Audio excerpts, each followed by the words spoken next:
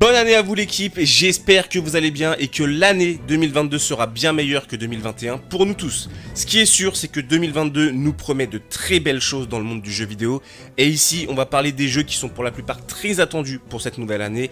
Et on va pas se mentir, la grande majorité des jeux qui seront présentés dans cette vidéo, on va les faire ensemble, que ce soit via Twitch ou à travers des vidéos tests, voire des tutos. De toute façon, ma roadmap, je vous le dis, de 2022 est quasiment planifiée jusqu'à avril, voire mai, même si en fonction des dates de sortie et autres sorties repoussées, faut s'adapter. Mais bref, vous avez compris le délire, on est overbooké. Mais ici, parlons peu, parlons bien, nous allons commencer et on va faire assez vite, vous allez voir, en parlant très brièvement de chaque jeu pour éviter une vidéo trop longue. Et dites-moi dans les commentaires quels sont les jeux qui vous font vibrer pour cette année 2022. Allez, c'est parti avec Dying Light 2 Stay Human, un jeu initialement prévu pour 2021 mais qui trouve enfin une vraie date de sortie pour le 4 février 2022. Le 1 m'avait vraiment bien fait kiffer pour diverses raisons et j'attends particulièrement sa suite qui se déroulera 20 ans après les événements du premier jeu. Dans un monde toujours aussi sombre et rempli de plusieurs factions humaines qui tentent de survivre, sans oublier les nombreux infectés qui rôdent dans notre quartier, notre personnage aura pour mission principale de retrouver sa petite sœur. J'espère vraiment que le parcours sera toujours aussi agréable à jouer que dans mes souvenirs. Les choix narratifs ici seront bien plus impactants que par le passé, donc c'est plutôt cool. Mais par contre, au vu du gameplay, j'ai vraiment peur qu'en termes de compétences et de phases de combat, qu'on soit trop proche du premier. Je peux me tromper car j'ai absolument pas voulu me spoil sur ce jeu et j'ai dû regarder une demi-vidéo qui traînait, mais quoi qu'il en soit, lui il est dans nos projets, c'est sûr. Ensuite, vous avez en numéro 2 le fameux Pokémon Arceus ou Arceus, je sais pas comment ça se prononce, je m'en bats les couilles, mais vous me direz quand même en commentaire pour ma culture générale. Et ce jeu-là, j'ai envie de le faire, mais surtout de vous proposer une vidéo test dessus. Car vous allez voir, franchement, c'est celui qui me fait le plus peur dans cette liste. C'est un petit peu le Pokémon que tout le monde attendait, mais il y a un truc au fond de moi qui me fait dire que ça pue du zboob. Du peu que j'ai vu, ça a l'air assez vide et pauvre visuellement. J'ai un mauvais souvenir d'une vidéo présentation qui ramait du cul. Apparemment, ils ont changé certaines choses comme les objets tenus, les stats et autres. Enfin bref, je sais vraiment pas quoi en penser de ce Pokémon. Autant ça peut être vraiment un nouveau départ pour la série, autant ça peut être un des pires jeux Pokémon. Donc à voir, on va tester ça. Même si le nouveau système de combat a l'air très sympa et ouvre de nouvelles portes, j'ai qu'une envie, c'est de le tester. Et s'il est vraiment stylé, pourquoi pas vous proposer en plus du test des tutos. Suivant sur la liste, Horizon Forbidden West, bien évidemment qu'on le fera sans souci avec quelques tutos et autres sur la chaîne, donc pensez à vous abonner si vous voulez rien rater des prochaines sorties tutos. Enfin, on va retrouver Aloy, le jeu est vraiment sublime, les améliorations apportées au gameplay par rapport au premier me font vibrer et ça donne envie comme jamais. J'espère qu'on aura plus de types de pièges car c'est quelque chose que j'adorais dans le premier et pareil pour l'arbre de compétences, j'aimerais quelque chose de plus sympa et je croise les doigts pour que ce soit pas juste du réchauffé. D'ailleurs, il me semble que les compétences débloquables ont été dévoilées, mais pareil, j'ai pas envie de me spoil, donc j'ai pas regardé, mais surtout, c'est le système de combat au corps à corps qui a l'air bien plus stylé que par le passé, et j'espère que ce qu'on nous a montré, c'était pas juste de la poudre aux yeux. Le bestiaire pour terminer a l'air génial, bref, j'ai vraiment hâte d'être en février pour poser mes pattes dessus. Pour continuer en février, peut-être le deuxième jeu de cette liste que j'attends le plus, c'est bien évidemment Elden Ring. Que dire sur ce jeu? Bah rien en fait, j'ai rien à dire, j'ai juste envie de fermer ma gueule, de faire passer le temps et arriver day one pour créer mon perso et me faire péter le fion par des boss, trouver des nouvelles armes et magie, mourir bêtement, XP mon perso, me faire trancher la tête par un piège, perdre mon XP, bref, que du bonheur salé en perspective et j'ai hâte. Le seul truc relou, c'est qu'avec Horizon et Elden Ring, je vais pas beaucoup dormir et vous faire des vidéos sur ces deux gros jeux qui sortent à une semaine d'intervalle, ça va être un vrai challenge pour moi. Quoi qu'il en soit, Elden Ring sera bien évidemment de la partie. On a testé la bêta et j'ai été conquis. Je vous ai fait plein de vidéos sur le jeu, allez les voir et il y en aura encore plein d'autres, rassurez-vous. On continue avec Total War Warhammer 3, c'était bien évidemment obligé qu'il soit dans cette liste et il va sortir forcément en février 2022 et j'ai un seum astronomique parce que je pourrais pas le faire day one en fait, j'aurais juste pas le temps mais obligé, on va se faire des sessions en live sur Twitch. parce que le jeu a l'air terrible. Les nouvelles factions ont l'air monstrueuses. Enfin, les 4 dieux du chaos débarquent dans le game. Après, le fait de ne pas pouvoir y toucher dès le jour de sa sortie, c'est pas plus mal. Ça va laisser le temps aux développeurs de corriger les petits bugs qu'il y aura à la sortie comme à chaque Total War.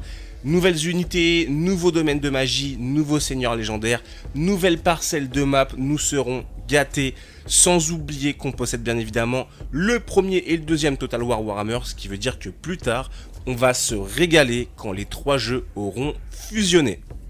Voilà le jeu que j'attends le plus pour cette année 2022 et c'est bien évidemment Project Triangle Strategy, j'arrête pas de vous en parler. Un tactical RPG donc au tour par tour qui sortira sur Switch et vous savez que je suis un amoureux de ce style de jeu. L'ADA est vraiment belle, on avait fait la démo en live que j'avais surkiffé et qui m'a vraiment donné envie de jouer au jeu complet et de sûr qu'on le fera en live sur Twitch. Day One, je sais pas vu qu'il sort le 4 mars 2022 et ça risque de se faire un petit peu juste avec Elden Ring. Pourquoi pas un test à venir sur la chaîne, voire des tutos, nous verrons bien, mais j'ai vraiment hâte de fou malade. Maintenant, avec les très nombreux tactical RPG que j'ai fait, je croise les doigts pour qu'ils se démarquent, on n'est pas à l'abri d'une mauvaise surprise, mais à vue de nez, c'est THE pépite de la Switch pour cette nouvelle année 2022. Alors là, on va parler de Square Enix et vous savez quelle relation j'entretiens avec eux. Amoureux des Final Fantasy, même s'ils ont piétiné mes sentiments avec leur dernier jeu ces dernières années, je dois admettre que sortir une nouvelle licence par les temps qui courent, c'est osé, mais surtout, ça donne envie. Forspoken me parle fortement, c'est d'une part un jeu Square, et de deux, on parle magie. Et vous le savez, dans les jeux de rôle, les MMO ou autres, le mage de l'équipe, c'est WAM. Donc le 25 mai 2022, on va voir ce que le jeu a dans le ventre, mais j'espère vraiment que les possibilités de gameplay seront vraiment grandes. Car quand on parle de magie, on parle de possibilités quasi infinies. Et ma plus grande crainte ici, c'est que ce soit mal exploité. Si c'est juste pour dire on fait de la magie, piou piou, je lance une boule de feu qui fait des dégâts, un pic de glace qui fait des dégâts, faire léviter un rocher qui fait des dégâts, bref, vous avez compris, eh ben non, j'ai pas envie de ça. J'espère qu'ils se seront creusés la tête pour diversifier les sorts et proposer des choses uniques. Comme tout jeu que j'attends, j'évite de me spoiler, donc l'histoire, j'ai très peu d'infos dessus, mais ce petit Forspoken, du peu que je l'ai vu, je l'attends de pied ferme. Allez, on repart pour une petite couche de tactical RPG avec Metal Slug Tactics. Alors ici, pas de date de sortie annoncée, mais initialement prévue pour 2022. Les Metal Slug, c'est le jeu où j'ai balancé le plus d'argent dans les bonnes d'arcade avec les Time Crisis. Et nous le proposer en tactical RPG, c'est juste un rêve de gosse matérialisé. Quand j'ai vu ça en direct pendant je sais plus quel événement, c'était le jeu pour moi de la conférence qui m'a fait le plus kiffer avec Elden Ring. On a vu du gameplay, d'ailleurs j'ai travaillé sur une vidéo pour analyser les infos qui sont sorties, mais je ne l'ai jamais publié, me demandez pas pourquoi. Il y a l'air d'avoir pas mal de choses très sympas en termes de gameplay. Maintenant j'attends de voir. Le côté tactique a l'air plutôt bien fait, mais le côté RPG reste un grand mystère. On a vu différents types d'armes, des véhicules et autres frappes aériennes, mais rien qui nous permette vraiment de savoir et comprendre réellement la profondeur de ce jeu. Donc wait and see, mais même si c'est une bouse abyssale, je me connais, je vais plonger la tête dedans direct. On va maintenant parler d'un jeu très attendu par énormément de personnes, c'est bien évidemment l'héritage de Poudlard qui devrait, et on l'espère, voir le jour en 2022. Un jeu qui fait beaucoup parler de lui et a raison. C'est un RPG purement solo, il me semble, parce que certains parlent de composants multi-coop en local et en ligne, et après vous avez d'autres sites qui démentent cette information. Bref, sur ça reste très flou, mais malgré ce joli décor qui se pose délicatement devant nos yeux, on est en droit de se poser des questions. Déjà, même si c'est assez fréquent, le jeu a été repoussé et c'est rarement bon signe, mais surtout, c'est un jeu dans l'univers d'Harry Potter et c'est pas facile à porter sur ses épaules. Suffit de voir le nombre de jeux sortis sur cette franchise et regardez combien de jeux sont vraiment bien à faire. Perso, j'en vois zéro. Ils ont tous été nazes ou alors dites-moi s'il y en a un qui valent le coup.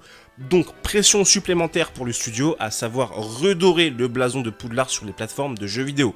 Sur le papier, ça a l'air vraiment top, les cours, le monde, l'école, mais il nous manque encore trop d'informations, comme par exemple le système de combat à coups de baguette magique, la progression de notre avatar, comment ça va se passer, si on va passer différentes années, des tests, etc. Le multijoueur ou pas, enfin bref, vous voyez le délire. c'est vraiment très flou. Et surtout, le plus relou avec ce jeu, c'est qu'à chaque fois que je regarde une information pour dénicher un indice ou autre, quelques temps plus tard, quelques semaines, quelques jours, voire parfois c'est très long, quelques mois, on dément cette information, comme par exemple pour les multijoueurs. Un coup c'est oui, après c'est non, ensuite un trailer nous donne des indices comme quoi c'est possible, mais finalement il n'y a rien, c'est pas clair, donc oui, la hype est là, mais on va se détendre et on va rester prudent avec ce titre. Allez, on va troquer notre baguette magique pour quelque chose de plus musclé et viril. God of War Ragnarok, la suite de God of War sortie sur PS4, devrait, d'après plusieurs rumeurs, sortir le 30 septembre 2022. À prendre bien évidemment cette information avec des pincettes, mais je suis très emballé par ce nouveau volet de la série et de retrouver notre héros barbu. Pas ultra fan de base des God of War, même si j'aime bien, faut avouer que celui sorti en 2018, il me semble, sur PS4 était juste monstrueux. J'ai adoré mon expérience sur ce jeu en tout point, et la suite devrait, je pense, me faire le même effet. Après, à voir quelles ont été les améliorations apportées et nouvelles possibilités de gameplay, mais s'il fait aussi bien que le titre précédent, je vais vous chier un plateau de tutos, soyez-en sûrs. Allez, on retourne rapidement sur le monde du tactical, mais pas pour un RPG, mais bien un jeu de stratégie au tour par tour. Et c'est le très célèbre Advance War Reboot que je vais vous proposer ici. Remake des épisodes 1 et 2 sortis sur Game Boy Advance, et c'est ici, malheureusement, ma plus grande déception. C'est pas que ces deux jeux sont mauvais, au contraire, c'est pour moi deux jeux qui font partie des meilleurs jeux sur Game Boy Advance. Mais j'aurais vraiment préféré un remake de Dual Strike qui apportait de vraies nouveautés de gameplay comparé aux deux premiers jeux. Quoi qu'il en soit, on le fera probablement en live. Après, j'ai peur que ce soit un remake un petit peu flemmard du titre, avec uniquement des graphismes mis au goût du jour et vendus plein pot. On verra bien. On va encore un petit peu rester dans la stratégie et là, je vais vous présenter mon futur bébé, à savoir Company of Heroes 3. Fait par les développeurs du mythique Warhammer 40K Dawn of War. J'espère d'ailleurs qu'il ressortira un jour avec un rework. Company of Heroes 3 a l'air de nous proposer des stratégies et autres tactiques encore plus poussées que les épisodes précédents. Avec sa toute nouvelle carte de campagne qui fait vraiment penser à un Total War, ça donne trop envie. Donc vous avez une grande map où vous pourrez déployer vos armées, faire bouger vos unités, préparer le terrain avec un système de tour par tour. Et ensuite, quand il y aura conflit, on va rebasculer sur une carte de combat avec tranchées, bâtiments et autres pour balancer des grenades et obus sur nos adversaires tout en gardant à l'idée que nos actions sur la carte de campagne nous apporteront divers bonus, comme par exemple le fait d'avoir des troupes en plus, des bâtiments ennemis détruits suite à une frappe aérienne par exemple, etc. Enfin bref, la campagne a l'air vraiment bien foutue, sans oublier qu'il y a le fameux multijoueur que je vais me faire un plaisir de tester pour me faire démonter. J'en attends beaucoup de ce nouveau Company of Heroes qui malheureusement n'est pas annoncé officiellement, même si c'est prévu pour 2022.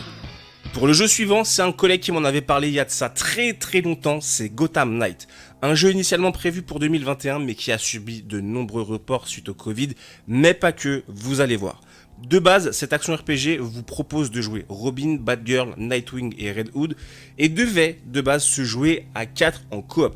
Mais pendant le développement, la composante multijoueur du titre a apparemment posé pas mal de problèmes aux développeurs et il est dorénavant jouable à seulement 2 joueurs. Ça reste pas moins un jeu que j'attends énormément, par contre j'ai vraiment peur d'être déçu. On a déjà un aperçu de gameplay qui a l'air très sympa. Maintenant, j'espère que le jeu sera bien terminé sans trop de bugs majeurs, notamment liés au multi, et surtout, cette année 2022 sera la bonne pour eux.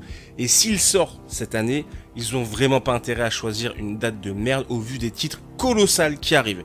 Des rumeurs courent sur une fenêtre de sortie entre mars et juin, à prendre encore une fois avec des pincettes cette information, mais si le jeu tient ses promesses, on sera dessus sans souci.